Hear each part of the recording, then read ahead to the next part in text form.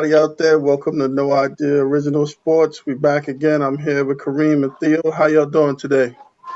You good, big bro? Yeah, doing good, doing good. So we had a real busy week with the basketball as far as draft, free agency movement, the signings. Real busy this week. But before we get to that, I want to start off with like some of the other sports because basketball is going to take a good amount of time this week. So when I look at it, listen, I think this week about just again going back to the Jets, man. Whatever the Jets, listen, Sam Darnold. I thought that this was going to be a big week from him. I was watching all the sports thing, and they were saying that the Jets are playing. They were playing the Chargers, and they were playing Miami. So you got to see him play against Herbert and Tua, and they thought this would be a good defining moment for him, but of course, Donald didn't play, man. So, what do you guys think? Think of that as far as Darnold and these other quarterbacks, these young guys and stuff. I think it's a little disappointing. Like you said, I kind of was looking forward to the matchup. I wanted to see Darnold play. I understand. I guess he has still a lingering shoulder injury, but yeah, at the same time, I wanted to see him out there. I think for him, he still has a lot to prove, Darnold, because I think especially with the draft looming, right? You hear the rumors. So I think this could be his last go around with the Jets unless he shows some serious improvement over the next few weeks to end the season. So slightly disappointed, but at the same time, if he's injured, he's injured. I guess not much you can do. I like Sam Darnold for what I've seen. You show flashes here and there, but at the end of the day, the roster of the Jets team, the roster set right now is not really that good or talented. So I mean, asking a young kid to do a lot on the field, with no help, no offensive line, no weapons. Head coach, I guess, who's not really that good himself, I guess, calling plays or being a coach himself. So I guess in the right team aspect, different team, Donald probably do good. But Donald on the Bears right now, you never know. I'm You know quite sure what? he'll play better in the Bears than he played with the Jets. I think you're right. I think he probably will play better with the Bears. The only thing that's interesting is that the last couple of weeks with him out, Joe Flacco's actually been able to throw the ball somewhat. Some of it seems like it might actually be the play calling because for some reason with Darnold they want to throw these 5 yard and 10 yard passes, but when Flacco's in, they seem like they have no problem with airing it out. So I don't know if Darnold might have a better opportunity if they let him try to throw the ball down the field or push the ball down the field too. When you look at, yeah, like you mentioned, this past game, Mims, right, caught a couple of those deep balls. Right. So yeah, I mean, like you said, how much of that is Darnold or the coaching staff not being comfortable with Darnold, or how much of it is just players for whatever reason can't seem to get separation when he's in the game. I'm not quite sure what it is, but yeah, you're right. It seems like when Darnold isn't in the game, they seem to air that ball out a little more. It remains to be seen for Donald, as we all know right now. But as right now, I wouldn't give up on him. But like I said, I mean, if just the number one draft pick and they draft for Trevor Lawrence, it could be the same situation, honestly. You got to build around the kids the right way. You see that right now, the Jets not doing a good job of, I guess, rebuilding the team as a whole right now. So no matter who's there quarterbacking, until you, I guess, build the right way, it doesn't matter who you have quarterbacking. Yeah, I think they got a kind of clean house. I think next year it'll probably be, unfortunately, Darnold will probably take a lot of the brunt of it. But I think the coaches will be gone. I think there'll be other players gone because, I mean, I would say I like Mims and I like Crowder and Perriman. I think the receivers are okay. I don't, like you said, I mean, the new kid they drafted, Becton, is pretty good. The offensive line, I don't know about any of the rest of those guys. And even on defense, I mean, we got Quentin Williams, Marcus May. I mean, it's not a lot of the roster just doesn't have a lot of talent. I mean, for me, if I would already fire Gase, but Yes, I I would think, too. Yeah, yeah, I yeah. think they might try to. I would give somebody else a shot. What I hate to see is you ever see the teams where they fire the coach and then they want to interview the assistant coach. I mean, if you just fire the guy now, you could probably see what Greg Williams or whoever you want to see can do now, as opposed to interviewing them, possibly giving them a job only to be just as bad. So What I don't want to see is the Jets. Like you said, they've end up firing Gase. I I personally think. Let me just backtrack. I personally think they need to clean house and get rid of the GM and everybody. To be honest with you, I would hate to see them like pull a Knicks, right, and allow Phil Jackson to make that pick or Frank Ntilikina, and the next thing you Mm-hmm. know, Phil Jackson is out. Mm-hmm. I would hate to see the Jets repeat a similar mistake in allowing this current management team to make another draft pick, and then next thing you know, they're out. Even though I think it's kind of difficult if they do get that number one pick to mess this one up, because I think they have to go with Lawrence. But like you said, Theo, you get Lawrence in there. I think he's better than Donald, in my opinion. But at the same time, I don't know if that drastically improves the team unless they get some weapons around them. They got to get some playmakers on that offense. So, guys, at this point of the season, we're seeing with COVID and everything, the team numbers are not exactly the same, but most teams seem to have played about 10 games. Who do we think right now is a serious contender for the Super Bowl? And who do we say is already basically, besides the Jets, we already know basically out? Yeah, really. Uh, for me, it's always Kansas City. You got to put them in there. It's a couple of teams. You got Kansas City. You got the Steelers still being undefeated, right? So they're a tough team. I can see them easily being in the Super Bowl. I'm not quite sure though. There's a lot of good teams this year. I think from the last time we talked, I remember, and Theo did say this is true. It seems like to me, Seattle took a step backwards. It looks like Yeah, they're seems not that. the team that they were. Arizona. I guess they're kind of where they're at. The Rams look like they're playing a little better. Um, I think Green Bay's playing better. To me, it seems like the AFC. It seems like the AFC has a lot of good teams, though. Yeah. Like you got a lot of good teams in the AFC from Kansas City. I mean, you got teams like the Raiders playing well. You got the Steelers. You got the Bills. You got a lot of teams playing well in the AFC. The NFC, I mean, the NFC East. I mean, if it wasn't for the rules, I couldn't even see how they could have a team in the playoffs. Hmm. We got the Saints too as well. They're playing pretty good. The Saints, even though Drew Brees got hurt, so we won Yeah, today. I think they went today. The Saints. Yeah, yeah. yeah, So Okay. the Right. Saints are eight Right. and Right. two. Right. yeah. So that's coaching and talent with the Saints. Have the Saints have coaching, have talent, so they're always going to be in games.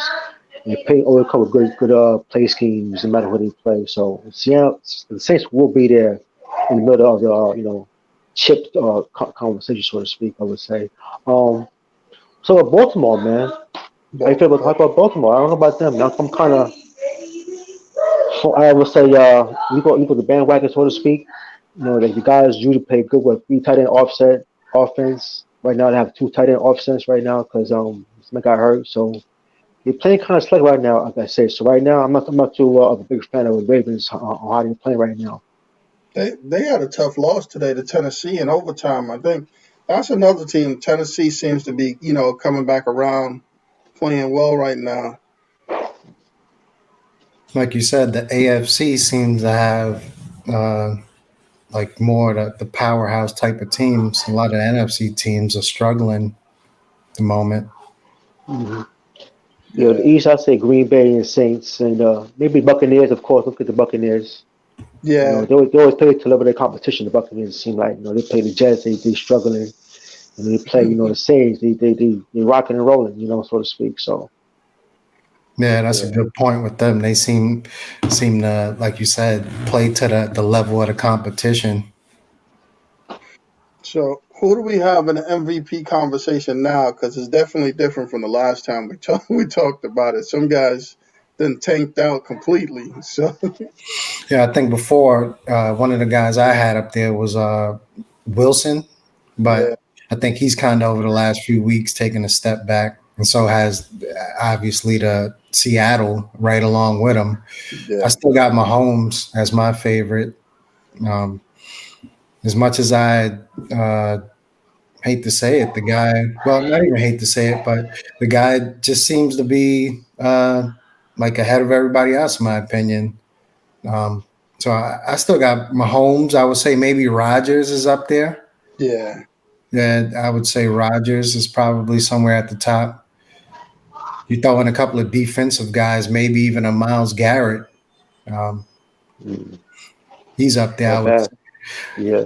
It's usually hard for them to pick a defensive guy's MVP. I would say, but Miles Garrett, I would say, is up there. But I got to personally go with Mahomes again yeah, so far. I agree. I got for me, it's a QB race between Mahomes, Russell Wilson. Don't forget Kyler Murray too as well. Never know. There's more yeah. games left to be played, so That's he can sit true. behind anybody, man. He's playing well. And Tom Brady, of course, he'll be there, so in the mix as well. And if Buffalo will get themselves together, maybe the quarterback Buffalo, I forgot his name right now, Buffalo quarterback, he's playing pretty well. Kind of be a dark horse though, but my top three will be Mahomes one and Wilson two right now. A few weeks You ago, know, I had Russell Wilson one for sure. if Minnesota wasn't playing so bad, Dalvin Cook might have a chance because he's leading the Nice. league in rushing and touchdowns. But Minnesota, they took another tough loss again today to the Cowboys. I'm sure you Yeah. know that, Theo. Yeah. I was we kind of contained Dalvin Cook a little bit, so to speak. Kind of contained him. Yeah, Try to let Cousins beat us with the passing, which worked. So, yeah, but like you yeah. said, he's having a great year. Yeah, he would have a shot. Henry all the time. He's always up Yeah, there. he's a beast. Yeah, I mean, and I think, like you say, you always got to put the Rodgers, Brady, those guys are always in there. And I Hmm. think Breeze might have been up there too had he wouldn't have got hurt. And Yeah, then he'd you be in the might have mix. even Aaron Donald's got a good shot too if you're gonna go with a defensive guy. yeah, he's having a big year. Yeah, Yeah. It's a good one too. So Quarterback double team. MVP to the Rookie of the Year. I mean, I think we might have seen the Rookie of the Year today. It might be Justin Herbert.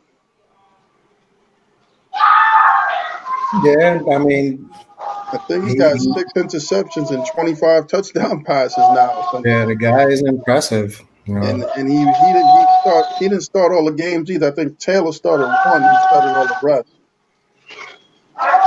Yeah, I can't go against that. That's good pick. I can't go against that. Right now, it's definitely Herbert for sure. He's balling out right now. He's balling out of his mind. Yeah, yeah. I think in the beginning there was when Taylor went down, right? I think he had the doctor accidentally punctured his lung or something like that. yeah, And when that happened, there was some controversy about Taylor losing his job to something like that. But now it seems justified. You know, at the time we wouldn't know that Herbert would turn out like this, but the guy he's tough. Yeah, he is. He is. I remember watching. They were on Hard Knocks, and I was watching them, and it seemed like just from watching it that he had a pretty strong arm and could pretty much throw the ball. It's always hard, like I guess, to transition away from a guy that that's done all he could for the team and worked out for the team like the way Taylor did. But I'm sure from the perspective of like Keenan Allen and Mike Williams, they probably prefer to have Herbert out there. Plus, I think I seen a stat today where Herbert was he's either first or tied for first. I think in like 50-yard passes. So that guy he slings the ball. Sometimes it seems like a little reckless, but I like that he throws that ball downfield. Yeah, yeah, he definitely push it downfield. So right now, do we think the Steelers got a chance at an undefeated season? I hope not. Yeah, me too. I do not Everybody like hopes not. Pittsburgh. I do not like Pittsburgh. I give him credit. He's playing great. They're a top tier team, obviously. You make credit, no hate over here. But I hope not. Even if they do go 16-0, just lose in the playoffs. I'll So be happy yeah, with that. I hope not for a different reason. I hope not mostly for the jinx factor. You know, I think by going 16-0, it's going to add that extra pressure on them. I'm not really a Steelers fan. I'm mostly a Jets Right. fan. But the Steelers, if they want to make a playoff push, I think it would be in their best interest to maybe get one of those losses under their belt and then try to grow from it instead of going in with we got to play perfect to complete the perfect season. So I think they need to lose a game or two and try to bounce back from it. Get the loss out of your system early. I mean, from what I see, they look like they got some games that they'll probably definitely win. I mean, you got the Bengals in there, and you got the Washington football team. So that's automatically, at least to me, 12 wins. But you still got the Ravens, the Bills, the Colts, and the Browns. So they got some games they could lose Right. in there or something. I mean, that's still not, it's not an easy schedule down the road. And some of those games will be meaningful, like the last two games they play against the Colts and the Browns. So those games might actually be meaningful for teams to get in the playoffs. Because right now the Browns on the outside looking in, and the Colts, I believe, the Colts? The Colts, I think, lost today, so they should be tied with Tennessee. So these games will be meaningful to them down the end, so they'll be playing hard. Yeah, they played a lot of they played a lot of close games so far this year. No matter what they played, all the games been kind of close. But it's hard to want to say give away a game in football. But sometimes momentum swings the wrong way in football, unlike other sports. So, and football, outside baseball and basketball, I try to win every game if you can. So be it. You know. Yeah, the Colts at the moment I'm looking at is 7-3, so they're definitely not a pushover team. Right. Like you said, they come close to the playoffs a few more weeks. They may be one of those fringe playoff teams, not so much a lock to get in. So those guys are gonna be looking to compete. The only thing I would say with another thing with the Steelers on their end is Roethlisberger's health, right? That's always a big question mark. So what happens with him? Hmm. You Yeah, Good know, point, Reem. Good point. I don't know if you guys heard about it, but did you hear about that thing where the Raiders supposedly bus drove around the stadium celebrating when they beat Kansas City or something, and that Kansas City was a little upset about that? Did y'all hear about that one? yeah, I mean, I think that rematch is going to be a lot more interesting because of that. But yeah, I think celebrating because you beat a team, celebrating like it's the Super Bowl. I don't know how good that makes your organization look. Um, but yeah, it definitely adds for some excitement for the rematch. Yeah, I heard Gruden talk about that at a press conference. He basically said what happened was it was the KC bus driver who was talking to the players, saying that Chiefs are still a better team. So I guess to get him back, he made the guy drive around the stadium once or twice. That's what really happened. To his word, Gruden said, it was really the bus driver who was, teasing him about them winning the game and saying Chiefs still better. So he said, all right, cool. Said, your bus driver, do us a favor, man. Never around twice around the stadium before we go to the hotel room. And that's what happens. What Gruden said, obviously. Yeah, that's gonna be an interesting game with him. I think it's this rematch, so we'll see how that'll go. That'll be something to talk about. So now let's talk about the big deal this week has been the NBA, and we got the draft, we got trades, we got free agency. First, how do y'all think the draft went? Is there anybody that clearly won? Some teams that clearly lost? Do you believe in the draft? For me, my big winner, being a Knicks fan, I'm happy to say I think we kind of won the draft. At least one of the teams that won the draft with Toppin slipping to us at number 8. Because going into it, there was rumors that we were trying to slide up to number 5 to pick him there. But for him to slip to us at 8, then I think we made some moves on the back end of the draft, some trades, and we end up snatching up quickly. People questioned that and said it was a bit of a reach because he was projected on a lot of mock drafts as like an early second rounder. But quickly, given that the Knicks are last season was 29th, I think, in the league in 3-point shooting, and quickly is one of the best shooters. I don't think it's bad for us to reach for a guy like that at 25. So I consider him a big pickup for us as well. So I would say the Knicks was definitely a big winner. One of the big losers to me was probably the Bulls. I didn't have Patrick Williams being that high. I'm not going to say the guy is going to be a bust, He definitely has some skill, but I personally wouldn't have taken him at what did they pick him, number 4, I think, Yeah. Williams. So Yes. I would say for me, the Bulls were probably one of the losers of the draft just because they took Williams, I think, a little too high, in my opinion. Yeah, Reem, I agree with you about the Knicks, man. I like the Knicks what they did in the draft as well. For those of us who follow college ball know that Quickie could play basketball. The kid was a starting point guard for Kentucky as a freshman in the best conference in the world. So the kid could play, he could shoot. And aside of the Knicks, I like the Spurs picking up Devin Vassell from Florida State. I always been a big fan of his. He reminded me of a small version of Kawhi. He could shoot, he could defend, he could play the 2 to 3, he could rebound, a very good shooter, create his own shot. He also was a target for the Knicks before they had Obi Four in their lap as well. And as far as the other number one, I probably I like Halliburton.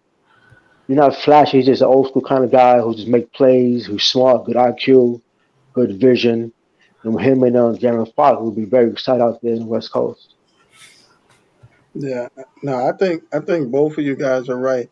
I mean, there was a lot of picks that I thought that the players are obviously really good. Some of them kind of like even I'll give you a perfect example. Minnesota who drafted Anthony Edwards and then gave Malik Beasley like a 4-year deal for 60 something million or something. I guess to either be his backup or one of them is going to be the backup. So and then they brought in Rubio and Russell. So I think it's good. I think it's good picking up talent, but it's going to be interesting those minutes. I think bringing Lamelo Ball into Charlotte, I think he's a star in the making. I'd wish him. I think he can do a lot, and he'll probably translate right away because he's played in the pros. Again, Obi Toppin and the Knicks. Nobody would have thought he would have fell to the eighth pick at all. I mean, I wouldn't have thought that. I thought Toppin was. I didn't think he would make it past the Cavaliers. Yeah, me Right. either. Or And Atlanta. Hmm. I like the guy the Spurs took, Russell. I like who Boston took because I heard he was the best shooter in the draft. The Aaron Naismith guy. I thought that was Yeah. good for them. I thought they needed shooters. I think in the playoffs or something, I think they relied so much on Tatum, Brown, and Kemba, whatever, and Hayward, who's gone now. But I didn't think they had enough guys that was able to knock down shots. I mean, if you look at the team, you can't even think of one person notably now that knocks down shots. I think I believe what's in the Sixers. The Sixers got a good shooter too. They went out and picked up. Maxi. They Yeah, Yeah, got yeah, Maxi, that was a right? good one. Maxi. Yeah, So that I that like was him pretty too. good. I think a lot of teams towards like the middle to the later end of the draft, like did a good job of looking at what they needed and filling the holes. I I mean, think. one team that cause still confusing to me, when you combine the draft and you combine like some of the moves, Detroit. I don't know quite understand what Detroit's doing with the five centers or the six centers or what that those moves I couldn't understand. I mean, I like the move that they made for Sadiq Bey with the Nets, but I could with him. I just can't understand the rest of those center moves. Yeah. I like Advia going to the Wizards too, right? At number what, 9 he went. I Yeah. think projected to go a little earlier than that too. Yeah, I think that was a good pickup for the Wizards. yeah, I think so. I mean, so from what you guys seeing with all of these trades and free agency deals, I mean, just looking at it, I can tell you, I think picking a team, I think the Sixers are doing a good job of getting the stuff they need, getting shooters and stuff. Britain and Steph Curry, they got Maxi. They really needed guys that could shoot because between and um Sim, Embiid and what's him and this guy Simmons. Simmons, you really don't got a lot of shooting coming. It's sad when Embiid is your best 3-point shooter. You know you have some issues there. So I think they did a good job with some of the free agency stuff. Again, I think the Lakers did a good job of getting guys that are probably they got better younger guys. I just don't know how it's going to pan out with the roles they're going to have in the team because both of those guys come from places where they get a lot of minutes. and I don't know how many minutes you're gonna get on the Lakers. The Clippers, I mean, they just seem like they just swapped some names around. Like they got some guys like I think Kennard will help with the shooting, and I think that They got Ibaka too, right? yeah, they got Ibaka. That was a big Yeah, I pickup, think but that was a good pickup. I think they needed that, but I don't know if that tilts the needle. I think a lot of teams are doing good jobs. I mean, the Gordon Hayward 120 million dollars. I see Theo's head shaking. I think that That's might be Jordan the for you. That's yeah Jordan for you, that man. might be the reach of the century. What Yeah, do you that's guys what he think of does. some of these other deals out there and different things going on as far as signings and stuff? Like you said, it's crazy to see how much overlap is happening with some of these teams. You mentioned Minnesota already, right? You draft. You got the number one pick. You draft Edwards, right? And then, like you said, you sign Beasley for 4 years, 60 million. I don't know if they did that as like a trade chip or what later on down the line, maybe. So that was a little strange. Then, like you said earlier, too, you have Detroit with 4 or 5 centers. The overlap there is a little strange. I think Atlanta's starting to get into that overlap realm. They bought in Rondo, who's nice. Rondo's kind of like a floor general, but how effective is Rondo as a floor general without the ball in his hands? Because I don't want to take the ball out of Trae Young's hands. And then on top of that, they brought, well, I don't know if they're going to actually, Sacramento's going to match, but they're trying to get Bogdanovich as well, right? They signed him to a 4-year offer sheet, the Right. Hawks, Yeah, and which they got Gallinari. I think that, yeah, and Gallinari. I think that might be a good pickup if they manage to get him, Bogdanovich, because he can at least play off the ball a little. But I don't know how many guards they need over there, considering you have Trae Young, who's very ball dominant. Um, so yeah, like you said, Jordan and the Hornets, they reached on that deal. I think they have some young talent over there. You just got LaMelo. Um, they I just can't figure out what they were thinking with that move. I was kind of happy to see it because I think they may have saved the Knicks from themselves. Uh, Mm. but yeah, it almost feels like so far in terms of free agency and the draft that the rich keep getting richer and the poor just keep getting poorer. You know, Yeah, that's what it almost feels like. Certain teams, you look at like the Kings, Halliburton, I think was a nice pickup in terms of where they got him at. I think he went number 12 to the Kings. I wouldn't have selected him early in the draft like he was expected to. But I think the Kings did well. Uh, Again, we mentioned the Knicks. I like the moves the Knicks made. But yeah, some of these moves, even Gallinari on Atlanta, the money, I think he may have been grossly overpaid. Um, I think he got a 3-year deal for about 60 million or so. yeah, Mm. yeah, But at the same time, you can't blame the players. The owners are willing to throw this money out there. One team I think who did well, who needed a big, was Houston, right? With Christian Wood. yeah, I think it was nice to see them bring him in, because that's a sign that they want to get away from the small ball. The only thing is, I'm not sure, given the Harden situation, who Wood is even going to be playing with. They're trying to get rid of Harden. They're trying to get rid of Westbrook. So yeah, a lot of teams, I don't know, seem to be all over the place. Some teams have a clear-cut direction, but there's a lot of teams that are just, I can't figure out what they're doing. What do you think? Um, I like Phoenix. They got CP3 and Jay Crowder. They're fitting with Devin Booker and Aiton. That's a nice little four right there for their future. So I like that for sure. With Phoenix, someone's trying to do. Yeah, you don't want to become Bridges. Nice little small ball starting five, man. I like that for sure. I like Portland. Did Portland get Covington? yeah, Portland, yeah. They did. yeah, I like that, man. They resigned Melo. I like those two right there. They Keep signed the King. Giles too. Who that they signed? Giles. Yeah, Portland Okay. signed Giles too. Yeah. Certain teams could stay intact, so to speak. Not do a big overhaul. So I like what Portland's doing for these scheme of things, the offense, which is that play stretch ball with Melo playing four. So when Melo coming to Portland, I like for sure. Like I said, the Suns with CP3, Devin Booker, top five backcourt, maybe top three backcourt. I like Jay Crowder. He's solid for sure on both ends of the floor. That And I was a like good. Aiton. And I like Aiton too. Aiton upside is very good. So those four starters, man, the Suns doing pretty good. Now, how much you think? Because I like the Chris Paul move in on one end, and on the other hand, I wonder the same thing, similar to what I mentioned with Atlanta, where you take the ball out of Booker's hands now. Granted, Booker isn't he can play off ball, right? He runs around a lot of screens and stuff like that. But Booker needs that ball in his hands. I know CP3 will be big for Aiton, but do you think Booker is impacted by the CP3 move at all?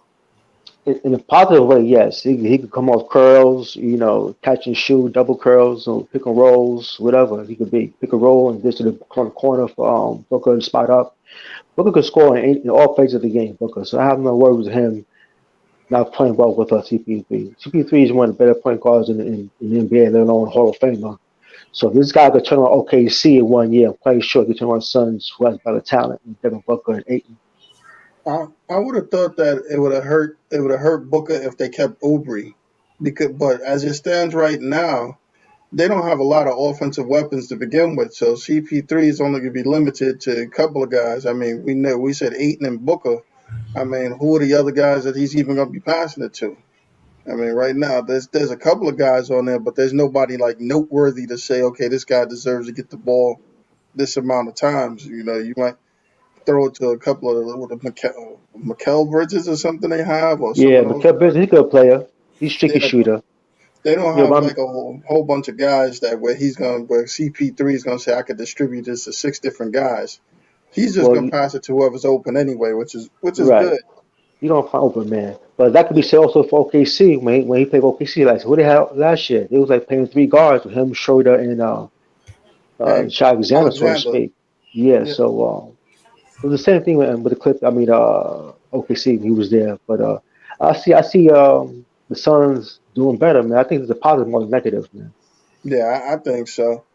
Some of these other teams, I think, did a good job of signing their own players back. Like I think the Nets did well in keeping Joe Harris.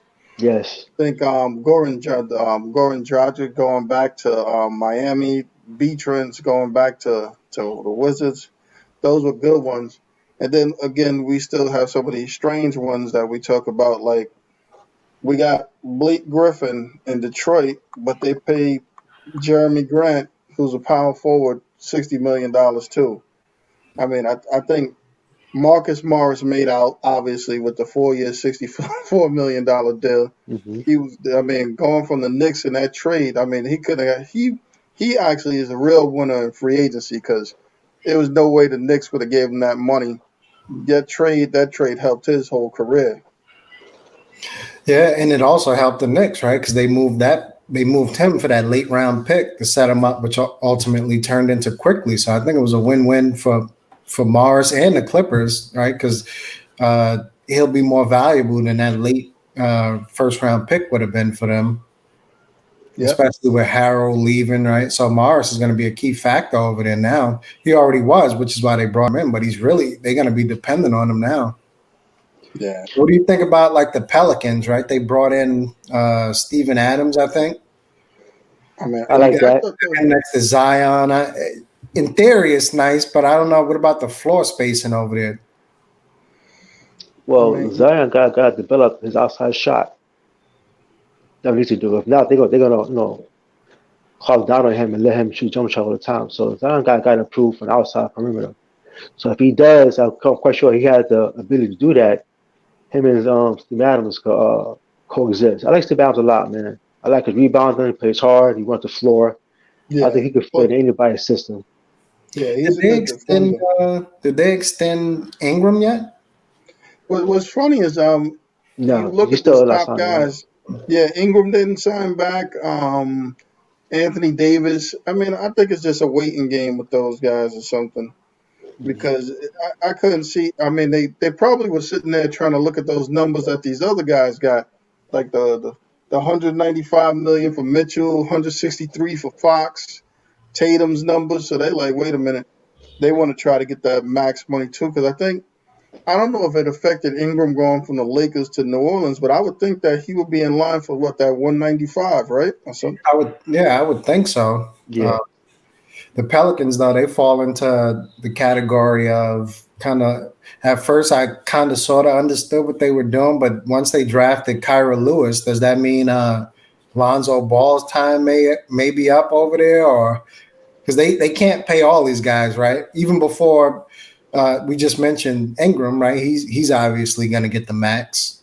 Um, Yeah, Eventually, it's early, it's only his second year, but you got to start thinking about we got to pay Zion, right? yeah, he's gonna If get the there's some max. major injury, he's getting paid. Um, how much money are they going to float around? You know, so I don't know if Lonzo Ball is that odd man out in that situation where they're just not going to pay him, because I want to say next year he's up to be paid. But I think he's gonna have a big year because he didn't do well in the bubble at all. Like it's almost like he didn't want to be there. So maybe Kira Lewis is gonna light the fire under him or something. But he didn't look good in the bubble at all. Hmm. Uh, Ball, I like Ball. I like what he does. He's a great facilitator. Can't really shoot as much, but you did say something real interesting about having Kyle Lewis on the team as well. I don't think Kyle is ready right now. If he does show that he's ready to take that spot, I can see Ball moving on to another team. Oh wow. Then they got some other moves that we noticed that look like they might have. I think Tristan Thompson will help the Celtics. I think he might come in there and be the starting center day one. Yeah, I think so. Um, I think Tice was serviceable, especially in the way they were using him. So I like Tice there, but yeah, I could see Thompson coming in and being the starter day one over there. The only thing with Boston is I still I think they'll be good, but you have like you mentioned Tatum. I would say now, especially given the contract, he's definitely the go-to guy. He's the franchise player, I would say. And then you have Brown on the wing, right? Who's another borderline all star. The guy who I thought would have had a better season. He didn't have a bad season, but I wonder how Kemba fits in. You know, because they gave him big money as well. Kemba, I think, in theory, fit in with anybody, but he didn't look good in the bubble either. Granted, he supposedly had some injuries, but something was definitely off with his with Kemba in the bubble.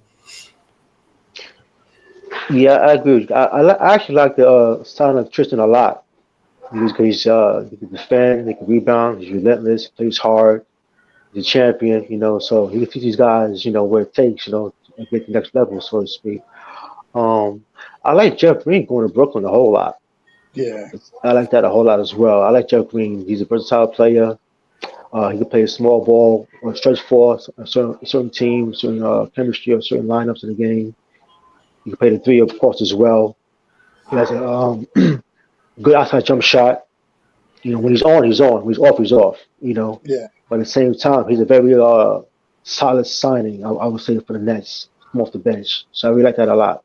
Jeff Green to yeah. Brooklyn. And then I like Shamit too, right? They brought in Shamit. I think that was a nice Yes, pickup for them. yes, yeah. I think Good backup for Kyrie. Shamit was supposedly working out with Kyrie and Durant. Uh, Mm, that's could have been a factor why they pursued him too. I think right. it was a nice pickup for them as yeah. well. You know what's funny? I'm looking at some of these other things, and another team that might be confusing me is Portland. Now that I think about it. So we just said they had Robert Covington, right? They got Carmelo Anthony. They signed Enos. Derrick Jones. They signed Howard. Harry Giles. They already had they have Gary Trent, right? Gary Trent.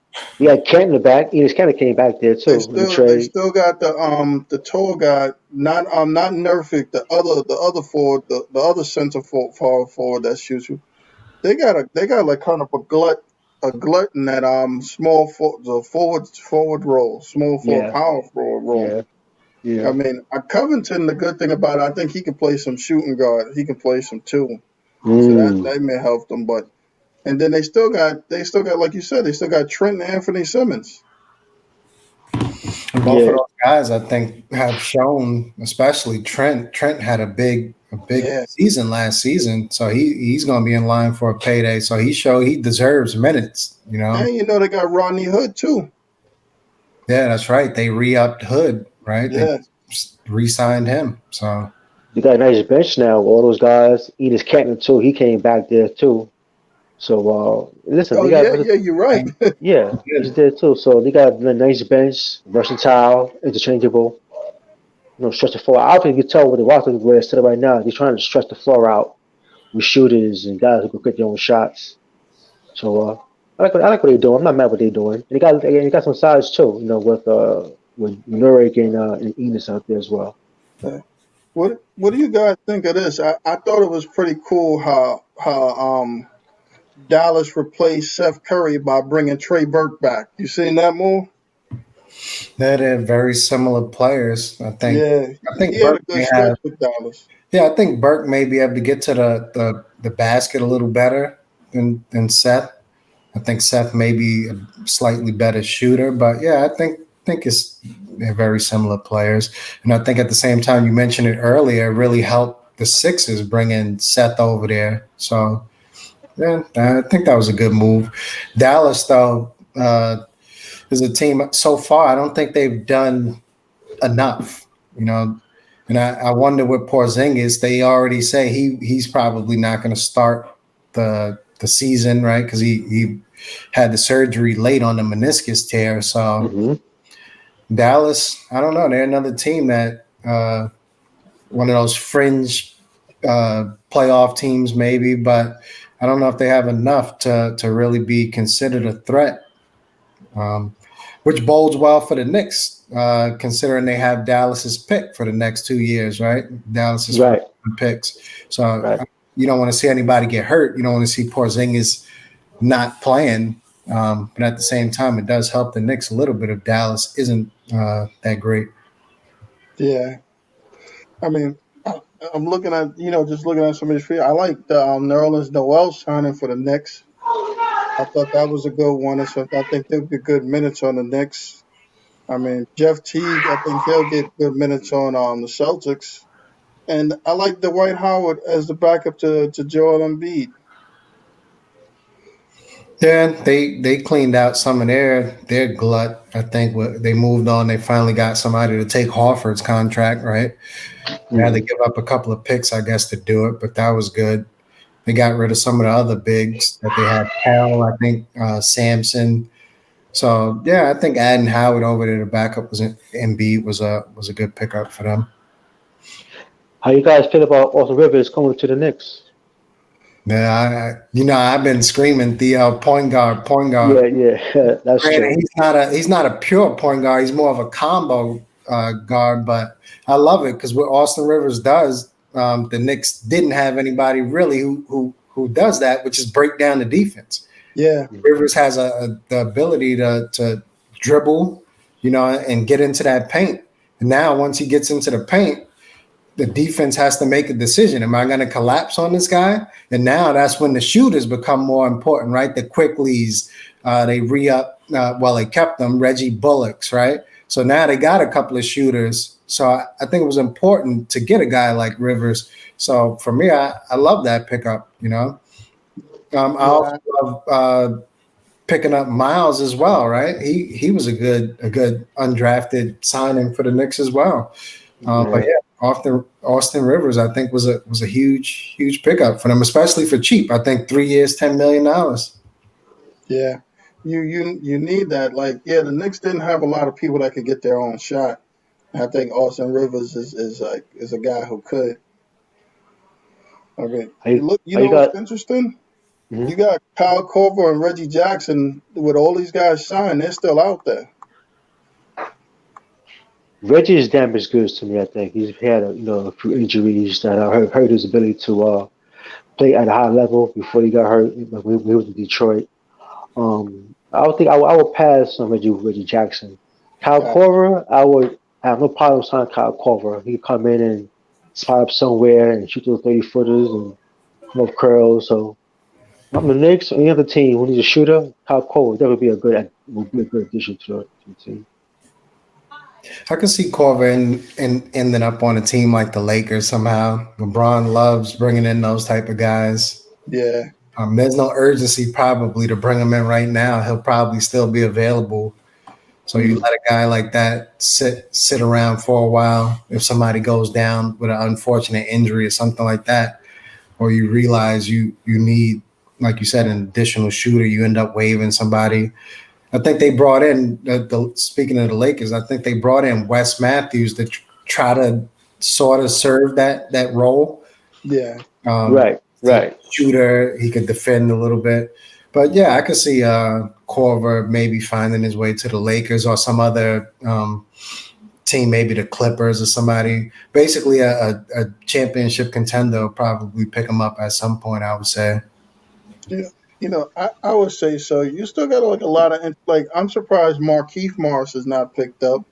Some of these guys like Alex Lenz and Rondé Hollis, if they're decent, Glenn Robinson the third. I mean, I don't know about them getting picked up. I'm hearing DeMarcus Cousins is getting a lot of interest from teams too. Yeah, I think Cousins. The question with him is in recent years hasn't been ability per se; it's just health. The guy is just one injury after another. So I think if he's healthy, some team is definitely going to take a flyer on him because it's not going to be expensive at this point to get him. You can get him on a cheap deal, bring him into your system, see if he can stay healthy, and if so, then you have a player who could probably make an impact for your team. So I can see why the interest is there for Cousins. Yeah, I heard that the Rockets may have interest in him so Yeah, far. So, that makes but sense. uh, but it's good to hear that he's healthy again and teams interested in his services because he's been through a lot with his body. Um, I want to go back real quick with the Knicks real quick. I want to ask you guys, how you guys feel about Alex Burke real quick? Oh, I think that was a good pickup. I like Alec Burks a lot. I think he can do a few things. I mean, I think that he's a good spot up shooter. He can come on screens. I mean, he's not necessarily an individual creator, but he's pretty good at that. I mean, Right. the only thing I would say about bringing in Alec Burks is that I hope bringing in Alec Burks wasn't at the expense of Damian Dotson. For some reason, I almost felt that Miles was at the expense of Damian Dotson. It's kind of I thought Damian Dotson was let go to bring in Miles from Seton Hall. I agree with that one. Yeah, it probably was because I thought Dotson gave him good minutes last year. Yeah, I like Dawson a lot myself. But at the same time, you look at a guy like Burke. He averaged last season. He averaged 15 points. So for the contract the Knicks gave him, what did they give him? I think 1 year, 5 million, or something Yeah, along those lines. So it's very cost effective to say the least to bring in a guy who's averaging 15 points for 5 million bucks. yeah, it definitely is. As crazy as it may sound, 5 million these days is considered a huge bargain. That's why you Right. look at going back to the Austin Rivers deal to get a guy like that um, for 3 years, 10 million. That's a little over 3 million a year for a guy like Rivers. I think is huge. Yeah, I think so. I mean, I think there's still a lot of guys that's out there, but I don't see any of them that really like. Besides the ones that the top flight guys are really having shine, there's some guys that could possibly help a team. But the sad part about it is you start getting into that process of do I keep these young guys that I could possibly send to the G League and develop them, or I take this guy who's been in the league for a few years, who this is who he probably is. Like, I mean, is Glenn Robinson the third gonna get any better? Is Tyler Johnson gonna get any better? I mean, are they where they are? Or would you rather keep those guys on the bench and have to pay them 3, 4, $5 million, or get a guy in the second round or a rookie that he's no urgency to try to put him in the rotation, no pressure at all, that you could possibly develop for a league minimum? I mean, what's you guys' thoughts? From a championship contender, I bring in the guys with a little bit more experience, like you said, the Glenn Robinsons, and just in case like injuries or whatever the case may be, then you have somebody who at least has that experience. But if I'm a team like going back to the Knicks, I'd rather have the young guy that I could just put into the G League and let him develop over there for a year, 2 years, whatever it is. Um, so yeah, I think if you're a championship contender or even a playoff bound team, then you bring in those veterans for cheap. But other than that, I think you go with the young guys and stash them away. Do you guys think Miles Powell will make the roster? I mean, I got a chance to see him play a lot. I seen him play in high school, and I watched his games because being out here in Jersey with him, he played. You could always hear about him. He's pretty big out here. But I mean, I think he could. I think he reminds me of the other guy, Marcus Howard. Both of those guys can score a ton. They Yeah, can shoot. They can get their own shot. They can do things. So, I mean, I hope it's with the Knicks. But I feel like because he defends a little bit too, that if it's not with the Knicks, I feel like he'll latch on someplace else because he can defend. He's not like he's a combo guard kind of on the shorter side. So Hmm. it's one of those. The tough part for him is that he'll fit in perfectly in the taller point of guard schemes, like the same way kind of like Devontae Graham will work with LaMelo Ball because LaMelo Ball is so tall. So you could put Ball on the two guard type of thing. But it'll be tough for him to try to defend two guards in the NBA. So he'll either have to learn how to be a better passer or distribute more, or he'll have to be able to come in like spot duty. Like it's kind of like the whole situation with the Isaiah Thomases of the world, where Isaiah Thomas he's a scorer, he can get buckets, but he's going to give up a lot on the defensive end because he can't defend the two guard position, and he's small. He can't even really defend a point guard position. So it's tough when you got guys that can score a lot. What he should do is he should look at Jimmer Fredette and real understand where Jimmer Fredette made the mistake. Same thing with Howard, where you got to do something else besides just being a scorer in the NBA. Because when you come in the NBA, most teams, or at least established teams, have a first option, a second option, a third option, a sixth man. All those positions are developed. You can fight for those roles, but you got to be really good to unseat some of these guys. On the Knicks, you might have an opportunity, but even still, with Julius Randle still there, RJ Barrett, you just draft Obi.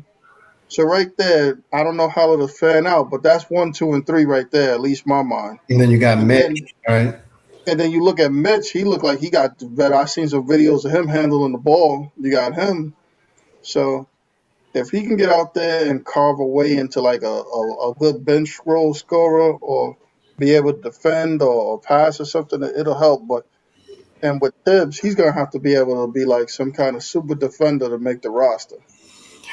Yeah, I would like to see him make the roster. I think, like for me, Dennis Smith Jr. I think he's an NBA level talent. I don't know if he fits with the Knicks. So I would say, in my opinion, Smith Jr. If they can get something for him, I would probably move on. So that's one guard out of the way. I like Frank Ntilikina. I wouldn't move on from him. He's still in his early 20s. He doesn't have too much of an offensive game, but like you just mentioned with Thibs, right? That's where the super defender, right, comes in. So I think Ntilikina sticks around. Then you look at it, we mentioned Austin Rivers. I think he sticks around because he has a skill set they don't have. I think they brought back Peyton, Yeah, probably assuming they wouldn't be able to get somebody like Rivers. I think Rivers was probably like an afterthought. So that deal probably worked itself out after the fact. Because other than that, I don't think they would have brought back Peyton. But I could easily see them moving on from Peyton, let's say, come like mid-season around the trade deadline, a veteran championship contender, right? Looking for that veteran. I could see somebody snatching up Peyton. So that'll be a guard potentially out of the way. So I think the Knicks kind of have a clutter of guards, but I can't say any of them is pretty much a lock. The only one I could say maybe a lock, and he's always mixed up in rumors, is Ntilikina, right? In terms of the point guard. And Austin Rivers, I would say, is a lock.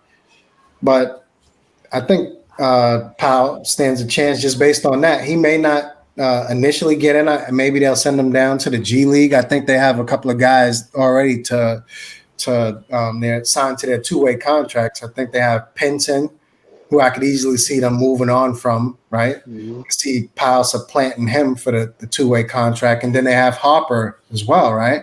Right. Yes. Harper, I think, has some talent. Whether he gets the shot with the Knicks to show it or not is a different story. But I think Harper has a little bit of talent.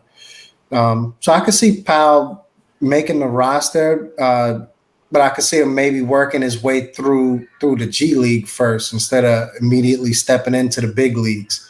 Could see him going that route, where they stash him over there, let him prove himself, and then maybe bring him up. And the Knicks have been pretty good with bringing guys up from their G League system, I would say. So I would like to see him make the big leagues, assuming he continues to do what he did in college, bring that skill set to the Knicks because he can shoot. Guy can definitely shoot. He brings that toughness. I think the Knicks were lacking toughness, and I think he has the ability to break down a defense as well. So I think the guy has a lot of talent. I think he's underrated, probably due to his size. I think he's maybe around 6'2" or so. Coming out of high school, I think he may have been like a 4-star, 3-star recruit. But along the way, from freshman year up to senior year, the guy he's proven to be a competitor. So I would like to see him make the roster. So from what we've seen so far in this off season, I mean, I'm looking at some of these teams. For the teams that made the playoffs last year, do we think it was him? And I know me and Theo, we were having a conversation about this offline and stuff. Do we think any teams have improved themselves or weakened themselves? Because I mean, I look at a team like the top teams. I mean, the Lakers and the Clippers are the teams. I would say obviously the Nets will be light years better, because they got Kyrie and Durant back, so that's a given. But when I look at other teams, I think Denver might have took a step backwards. I mean, they lost Grant, and they didn't really replace him with anything. They already had issues with understanding who the third off. They lost Craig, who played defense for them, and I don't really know like did they replace these guys with capable guys? Because you see, I mean, re-signing Millsap, I guess helped, but I don't see where they replaced like they lost two rotational forwards and didn't really replace them. Yeah, I would say they took steps back just because other teams took steps forward. And like you said, I don't think they really did much of anything other than lose Grant. Like you said, they lost Craig as well. So yeah, I would say they did take a few steps back because other teams got better, and they don't seem like they did. They just stayed stagnant and lost guys on top of it, I guess. So one team I would say, what do you think of Milwaukee though? Did they get better? Bringing in I don't know. Holiday? I don't know if they got better. Holiday makes them better, but they got different. They got like a lot of different players because I think Wes Matthews and those guys helped them out probably a little more than what they thought. So I think they traded some guys like bringing in Augustine is okay. I mean, They you brought in brought in Bobby Portis as well. Bobby Hmm. Portis. They brought in the guy from San Antonio who could shoot, Bryn Forbes. Yeah. Yeah, They brought him in, but I mean, Torrey Craig. Are those enough? Well, for one thing, they lost Lopez, Robin Right. Lopez. yeah. Hmm. So I don't necessarily think that, and Sterling Brown left. So I don't necessarily think they got any better than what they were. I mean, and yeah, I think they actually got lucky by that Bogdanovich deal falling apart. Because I think they would have got Bogdanovich. Some of these other guys they wouldn't have got. They would have lost DiVincenzo, and a bunch of other guys. Mm. So I don't know if the management they don't seem like they have a good idea of how to replace these guys. I guess just looking at the roster, Giannis is probably going to play every minute of every game. Because you look, I mean, can you name one other forward on that team? You got Chris Middleton and Giannis, and that's it.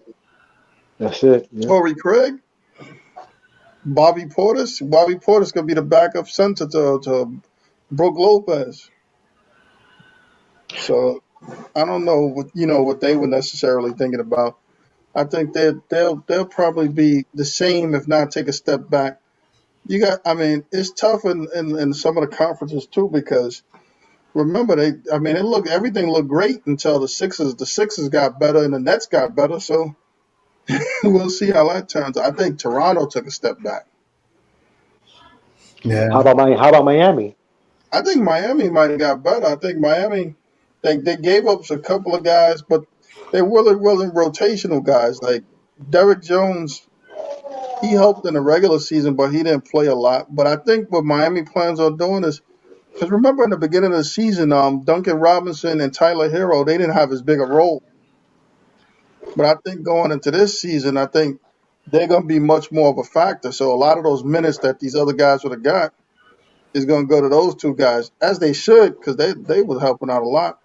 They bought in Nice. Harkless. I guess he could play defense a little bit. In the dirt, they got Avery Bradley. I think is good. Good defender. So they got better defensively.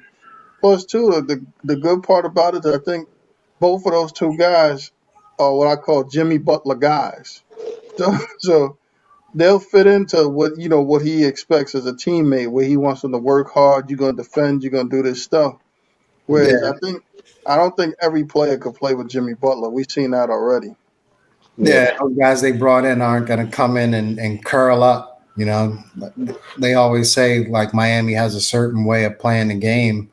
So yeah, I would agree that bringing in those guys, they lost Crowder, but they did a good job of replacing like what they lost. They replaced it. I would say. Yeah, Uh, I think they re-signed Leonard. I don't think that was too significant, but yeah, they re-signed him, he got a pretty good contract. Um, so yeah, I think either they stayed the same or maybe got slightly better. and they Um, Okay. took Precious Achua, who's a pretty good player. He fits into what they do. What's him the defensive guy? He's a finisher and a defender, so they took him, so he'll help out a lot. the only Yeah. thing I would say with them is Miami was what coming into the playoffs about the fifth seed, something like that. Yeah, So now you look at some of those other teams that you mentioned who got better. So does Miami take a step backwards just based on that in terms of title contention? Because now you have Philly who's on paper anyway. Now that they got a couple of shooters, have gotten better.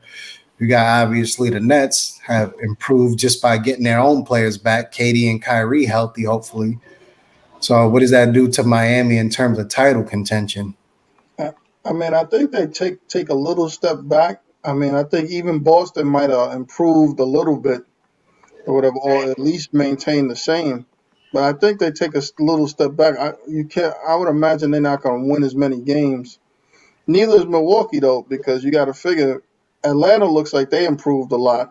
Or the They were rap at the Friends last year. Remember, John Collins was out for the whole year almost last year. Hmm. Now they added Rondo, they added Bogdanovich, added the Gallinari. So they look like they got a much more competitive team. So even like teams that didn't make the playoffs, I think the Knicks will be more competitive. I mean, I Agree. think a lot of teams in the East and what's it became a lot more competitive than what they were.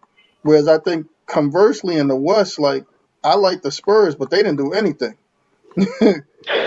They're gonna be the same team. They got Devin. Their big signing was signing Jakob Proto back. So they got Devin. They drafted Devin Vassell, and that's it. They didn't do anything. So I don't see them getting better. I see them falling. I Yeah. mean, the Grizzlies, they might have got a little better, but Sacramento, I mean, they got Halliburton, but they lost the number two scorer on the team. So the Hmm. West team's gonna propel. Like, yeah, LeBron's gonna get his time to get his rest because those guys that they're gonna be playing, a lot of those guys ain't gonna be worth anything. But in the East, it's kind of reversed. Teams got better, and it's gonna be tougher. I think Toronto, I don't even know if Toronto gonna make the playoffs. Wow. You figure they got no Mark Gasol, no Serge Ibaka. They got who do they have? They got Siakam. Fred Van Van Fleet, Fleet and Kyle Lowry, the and shooting guard, shooting guard. yeah, they got all the guys play the same position. Mm, They got who like I couldn't even. Do you know what big men do they have on the roster? right, Yeah, right. I can't really off the top of my head. I can't really think of any. You can. Good point, though, man. Yeah, good point. That's a I good one. mean, some of these teams, like I think Chicago, they're not going to be much better, but they're going to play tougher because I think Donovan's a pretty good coach. Yeah, I like him as a good coach too. I like him. Orlando will be competitive, and I mean, just by default, because John Wall's coming back, Washington's got to be better just because of that. That's if he suits up, right? With Yeah, Yeah, Washington right. I considering mean, who that's an interesting question. asked out, right? He asked for a trade. I was going to ask you guys this: if Washington came to the Knicks and was like, "Listen, you're gonna have to give me R.J. Barrett or give me Robinson and give me both of those guys or give me RJ and what's this guy Randall and a couple of picks. Would you do it for John Wall if they took one of these point guards? Would you take John Wall back right now? I actually think the Knicks are heading in the right direction, so I would stay away from it. But if they were gonna do something like that, I think Washington would be the one that has to send me picks. John Wall is making what 40 something million per year Yeah, over the next three seasons, something like that. So in order to offload that, you got to send me some compensation. If if the Knicks were that bent for star power and they wanted John Wall, I would say I would give them maybe Randall, because I don't know if he necessarily fits with where the Knicks are going. I think Randall can play, but well, maybe he may be a better fit now that they have some guards, right? That so they may yeah, not necessarily force feed him. I think, like Theo always says, I think Randall was kind of like being forced into that number one option role. yeah. It was kind of going to his head a little bit. He was getting out of who he really is. So I think now he may be even better with that. But if they were desperate for that star power and wanted a name, I would say Randall. I would maybe send them Dennis Smith Jr. just to get rid of some of that glut at the point guard position. And beyond that, I wouldn't send them any draft picks or anything. I think they would have to send us some picks, to be honest with you. I would think if I'm Washington, I wouldn't make a deal. You'd have to include either Barrett or what's him or Robinson in the deal, else I wouldn't even make the deal. What do you think, Theo? I don't want John Wall at all. So and you're not getting Mitch, you're not getting RJ, you're not getting Obi, you're not getting quickly, you're not getting nobody. I don't want no part of John Wall. I want. It's really his contract. You know, he got to play. He's a very talented ball player. So I'm not going to, shade like that. But it's really his contract. And like Reem just said a little while ago, man, they're heading in the right direction. So why even try to hurt the cap? Right now, all guys that we just signed, we should have maybe like 20 million under cap. So we're doing something right. And then next Yeah, year, those guys both the board entering the final season too as well. So maybe you never know. You never know. I see Kawhi opting out next year. I can see that Yeah, possibly I can happening. see it. I can see it falling apart over there real quick. Yeah, see that. So maybe Kawhi can say, you know what? Maybe coming home and then all that great after all. You know what I'm saying? We go to New York to the Big Apple, man. And see what happens from there. Never know. So since we don't want John Wall in New York, do you see Houston possibly being able to make a John Wall for Russell Westbrook swap? And if they were, who would have to give the extra assets in that deal? I would, I could see that as a potential trade, just for the simple fact that both players on each end want out. Just for that alone, the money's probably relatively close. I think John Wall still makes a decent amount more than Westbrook, but I could see that trade happening. I wouldn't, if I'm either team, I wouldn't include any assets to make it happen. I think it's pretty much a wash. Right. Um, if there was assets, if there was one team that was trying to demand assets, I could see it being the Rockets, for the simple fact that Wall has the bigger contract and he's been out with injuries for the last year or two. Wall. So if there was one team that was to try to demand some assets, I would say it would be Houston. But I think it's a pretty even swap, to be honest with you. If that trade does go down, who wins that trade? Mm.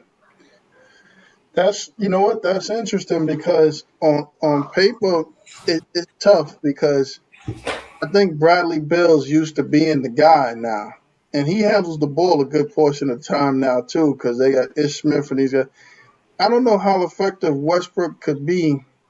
Like he would, it would have to be one of those things, kind of like with Harden, where they have to be on the court at times without each other, where Westbrook could get the ball and he could do his thing, and kind of like a flip flop thing. Whereas I think John Wall, even though he's seen himself as the man, he could he seems to be more likely to be the guy to pass the ball, or or not necessarily have to go off and on like that. So People forget. I think in the long run, Houston will probably win that deal just because I think John Wall would be good for them developing a new identity. If you give it a Harden, I think John Wall will play better with younger guys, where he could help them develop and stuff to say a Westbrook. Whereas I think Westbrook is the type of player. I'm gonna bring up an old school name. Westbrook is the type of player that he's always better when there's somebody better than him on the team. They got a guy like I don't know. You guys remember Derek Coleman? When Derek Coleman was a great player, but he was much better when he played with guys that were better than he was because he was him. He understood what he was supposed to do, and they helped keep him in check. Russell Westbrook needs somebody to keep him in check, and I don't know if Bradley Bill's personality is the type to. Because think about it, Kevin Durant couldn't keep him in check. Yeah, That's why. That's why you look at it now, and I mean, you got to admit his feelings got to be hurt because Kevin Durant's trying to build the whole team OKC except for him. Let me get Jeff Green. Let me get let me get Serge Ibaka. Let me get Harden. Only person he ain't trying to get was Westbrook, right? Right. I So think Right. that ought to tell you Funny. something right there. yeah, I think that's the thing with Westbrook is I don't know if there's anybody in the league that could keep him in check. That's the crazy thing, and I Right. don't know his personality. And from what the rumors circulating around is that he'd rather go to a team like the Knicks where he think he can beat a man than to try to win a title. I do agree that I think Houston wins if that trade was to happen because people quietly forget as much as John Wall was ball dominant, he did average close to 10 assists almost Yeah. every season. So John Wall was passing the ball to somebody. Hmm. I would say John Wall, he can definitely uh, get his teammates involved. The only thing with John Wall you have to be careful of is some of the like off the court stuff. Whereas Westbrook, not so much. Westbrook has that demeanor on the court, but you don't hear too much about him off the court in terms of getting in trouble and that Yeah. kind of thing. And I think that was supposedly part of the reason why Washington's relationship with Wall is falling apart is because I think he was throwing up some type of gang signs or just getting involved in stuff he probably shouldn't be involved with. So it's a lot more to it than just his basketball talent. Plus, I think Wall supposedly got upset about Bill being named like the man on the team, or Yeah. so there's other factors there. But I do agree that if that trade was to happen, Houston wins that trade, assuming Wall could actually stay healthy. Bill is the man of the team because he stepped up the last 2 years when Wall was hurt. That's why. So he is the man of the team, without a question Yeah. about that. Yep. Yeah. So right there should tell you that Wall mentality ain't the same right now. He always says, Bill's my boy, he's my man, we're gonna play together. Listen, keep quiet, play together. Listen, it's his team now. It was your team, you got hurt, we've been out for a year and a half, 2 years, your man stepped up and became greater, or became an all-star, or became a almost all-star, a top-tier player. So as of right now, and from this point forward, it's Bill's team. It's Bill's team, as you see. Yeah. And the point guard position is tough because what happens is that once you get a good one, it's not like a lot of open starting point guard spots going around. I mean, guys get used to playing with who they get play with, and those guys perform roles on the teams. Like, I mean, where could Russell Westbrook fit in, or where could a John Wall fit in? I mean, I think it's easier to probably fit John Wall in a space because he does certain things. But I can see Russ rubbing young kids and what's him and veterans the wrong way.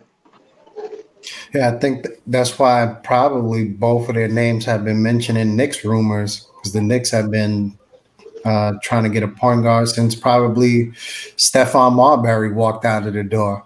You know, Hmm. so we haven't had a point guard since him.